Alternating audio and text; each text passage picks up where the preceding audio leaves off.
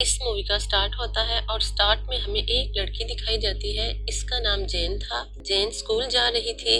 जब वो स्कूल जाती है तो उसकी फ्रेंड उसकी हालत के बारे में पूछती है कि तुमने अपना क्या हाल बनाया हुआ है और तुम्हारे बाल क्यों बिखरे हुए हैं, क्या आज भी तुम जंगल गई थी।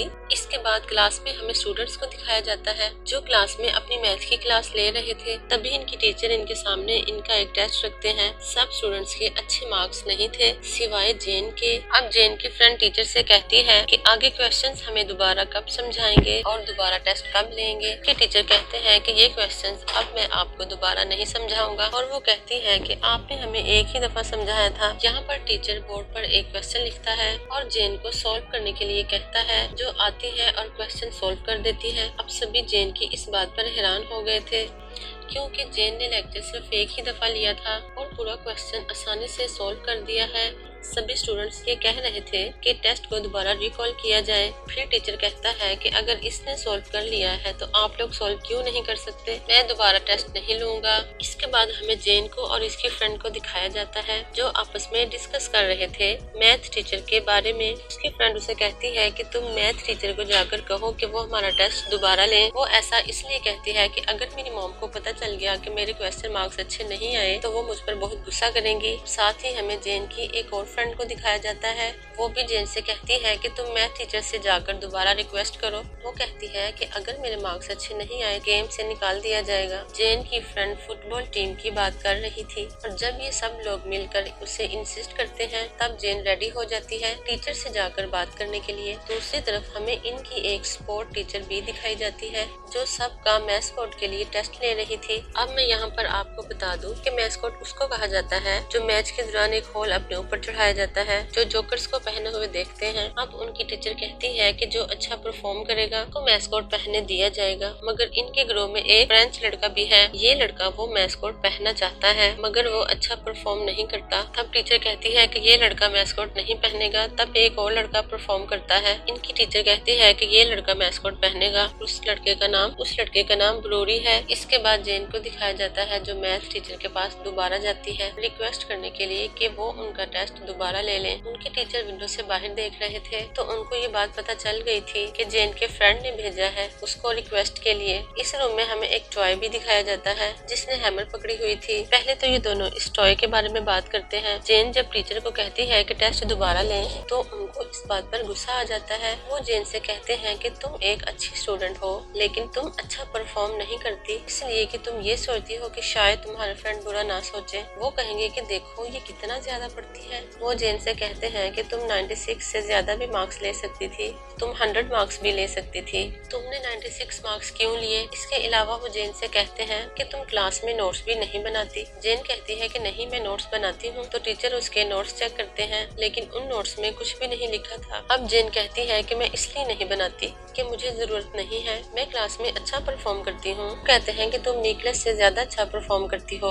वो उसको समझाते हैं कि दो तरह के लोग होते हैं, एक वो इंसान जिनके पास हैमर होता है, दूसरा वो इंसान जिनके पास गिटार होता है। और जिनके पास गिटार होता है वो तो सारा साल गिटार बजाते हैं और जब इन लोगों को जरूरत होती है तो वो लोगों के पास जाकर भीख मांगते हैं। और जिनके पास हैमर थी क्योंकि हैमर वालों ने तो लकड़ियां काटनी थी और उनसे अपनी जरूरियात को भी पूरा किया था और अच्छी अच्छी चीजें भी बना ली थी। टीचर उससे कहता है कि मैं चाहता हूँ कि तुम वो इंसान बनो जो हैमर पकड़ता है और अपने लिए कुछ अच्छा बनाता है। इन सब पर वो उस पर बहुत ज्यादा गुस्सा कर रहे थे और वो बाहर आ जाती है और बहुत ज्यादा रोती है क्योंकि वो काफी ज्यादा अनकंफर्टेबल फील कर रही थी और अपने दोस्त को बताती है। कफट की दोस्त उसे प्रिंसिपल के पास लेकर जाती है। अपनी दोस्त के कहने पर वो प्रिंसिपल के पास जाकर अपने मैथ टीचर की शिकायत करती है। वो उनसे कहती है कि मैथ टीचर मेरे साथ अच्छा बिहेव नहीं करते।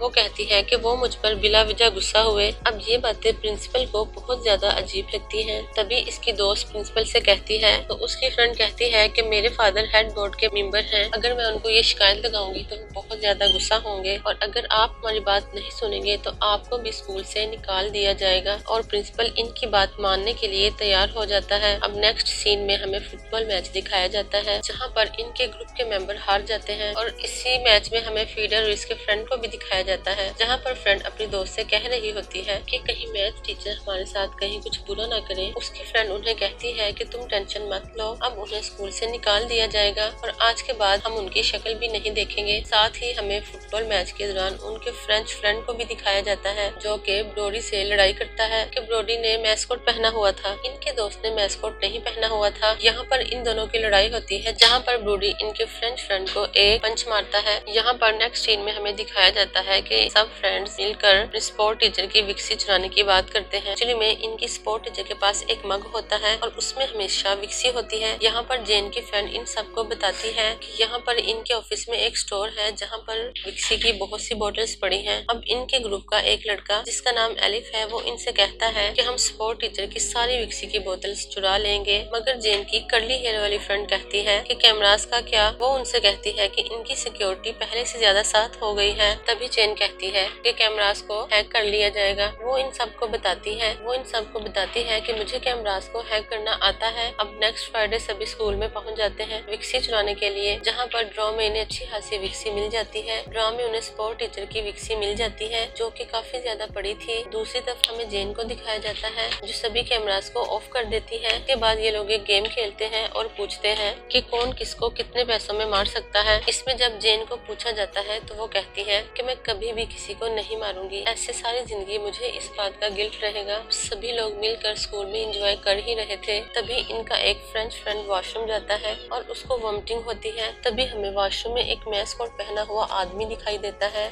जिसने के हाथ में हैमर पकड़ा हुआ था। इस आदमी ने वही मैस्कोट पहना हुआ था जो उस दिन ब्रोडी ने पहना हुआ था। ये तो हम देख ही चुके हैं कि ब्रोडी और फ्रेंच बॉय की लड़ाई हुई और वो ये सब बातें कर रहे होते हैं। तभी जेन की वो फ्रेंड जिनकी प्लांट एयर है, ये लड़की उस फ्रेंच बॉय को पसंद करती है और जब वो वॉशरूम आती है तो वो देखती है उस फ्रेंच बॉय की डेथ हो चुकी थी कि किसी ने उस लड़के का मर्डर कर दिया था। तभी सभी वॉशरूम आ जाते हैं और उस प्लांट हेयर वाली लड़की से पूछते हैं कि तुम क्यों रो रही हो। इसके बाद एलिस भी वॉशरूम में आ जाता है और वो सबको बताता है कि फ्रेंच बॉय का मर्डर हो चुका है। ये सभी बहुत ज्यादा डर गए थे।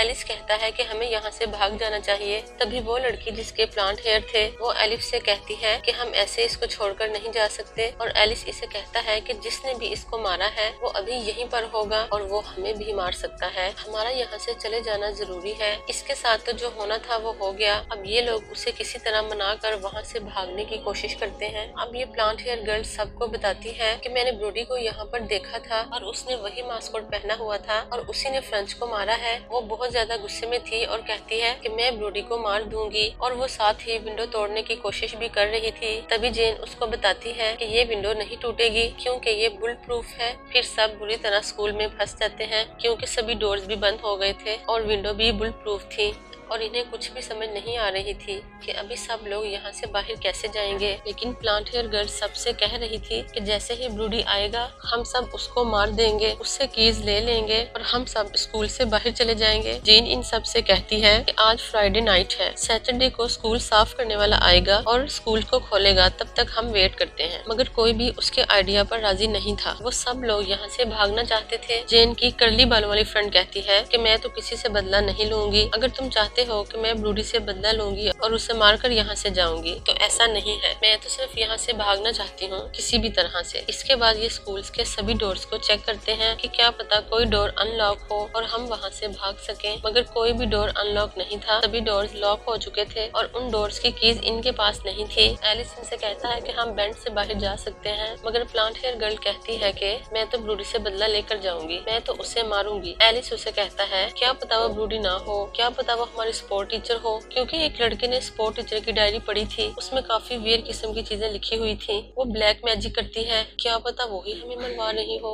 वो किसी तरह ब्राउन हेयर वाली गर्ल को मनाते हैं और वहाँ से भागने की तैयारी करते हैं और तभी इन्हें वही आदमी नजर आता है हैमर के साथ जिसने के मैस्कोट क्वेश्चन पहना हुआ था। अब ये लोग तो उससे भाग रहे थे, मगर वो ब्राउन हेयर गर्ल उसे मारना चाहती थी। जब वो उसको मारने के लिए आगे बढ़ती है तब वो उस ब्राउन हेयर वाली गर्ल को मार देता है। वहाँ जेन की कर्ली बालों वाली फ्रेंड की टांग टांग भी फ्रैक्चर हो गई थी। ये लोग उसे पकड़कर एक रूम में ले जाते हैं। ये लोग अपनी तरफ से उस रूम में छुप रहे थे, मगर वो किलर तो वहाँ भी आ गया था। अब जेन और एलिस आपस में बातें कर रहे होते हैं, तभी किलर वहाँ पर आकर एलिस को भी मार देता है और एलिस भी मर जाता है। एलिस के मरने के बाद जेन बहुत ज्यादा डिसहार्ट हो गई थी। अब जेन अपनी फ्रेंड को लेकर यहाँ से किसी तरह से भागती है, उसको सपोर्ट करती है और किसी तरह उसे लाइब्रेरी तक ले जाती है। इसकी फ्रेंड इसको बार बार पूछ रही थी कि एलिस कहाँ है, लेकिन ये बार बार रोए जा रही थी। जेन की फ्रेंड ये समझ गई थी कि एलिस की भी डेथ हो चुकी है। अब उसको गुस्सा आ जाता है। वो जेन से कहती है कि ये सब तुम्हारी वजह से हुआ है, तुम ही मेरे सामने आकर हेल्पलेस बन गई थी कि मैथ टीचर मेरे साथ ये कर रहा है, कि उसको मैथ टीचर पर शक हो गया था, तो लग रहा था कि ये सब मैथ टीचर कर रहा है। जेन उसको कहती है कि इन सब में मेरी क्या गलती है, मैंने तो तुम्हें मना किया था कि हमें प्रिंसिपल को शिकायत नहीं करनी चाहिए, मगर तुम ही ने मुझे कहा था कि हम कंप्लेन करते हैं। जेन की फ्रेंड अब काफी ज्यादा गुस्सा हो गई थी। उसने सारा ब्लेम जेन पर डाल दिया था।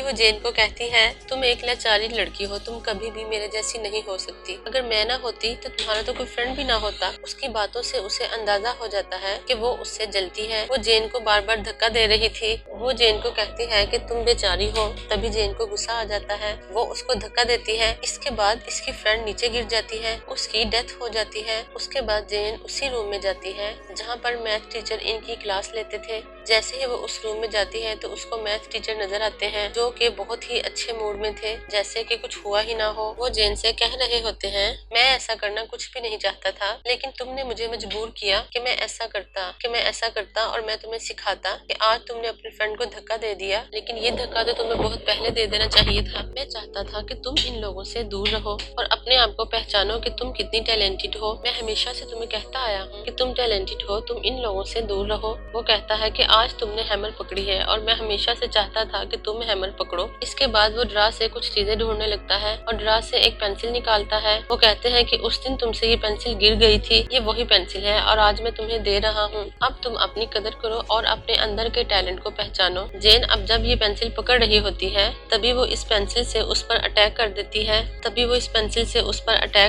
और कीज लेकर वहाँ से भाग जाती है। कीज से डोर ओपन करके बाहर चली जाती है। बाहर उसके मोबाइल के सिग्नल आ रहे थे। कॉल करने लगती है हेल्प के लिए, मगर पीछे से वही टीचर आ जाते हैं और उसको मारने की कोशिश करते हैं और जेन उनसे बचकर भाग जाती है और जंगल में पहुंचकर एक दरख्त पर चढ़ जाती है। और तभी जब वो टीचर उसको ढूंढने जंगल में जाते हैं, तब उसी दरख्त की शाख टूट जाती है और नीचे उसी टीचर के ऊपर गिर जाती है। इसने वो पेंसिल उस टीचर की आंख में मारी थी, इसलिए उस टीचर की आंख जख्मी थी। अब दोबारा से जेन उसकी उसी आंख पर मारती है और फौरन से हैमर पकड़कर उसका मर्डर कर देती है। लास्ट सीन में हमें ब्रूडी को दिखाया जाता है। वो अपनी कार का शीशा नीचे करता है और देखता है। तभी वहाँ पर हमें दो और आदमी भी दिखाए जाते हैं, जो देखते हैं कि जेन हैमर पकड़े हुए जंगल से आ रही है। और इसी के साथ ये मूवी यहाँ पर एंड हो जाती है।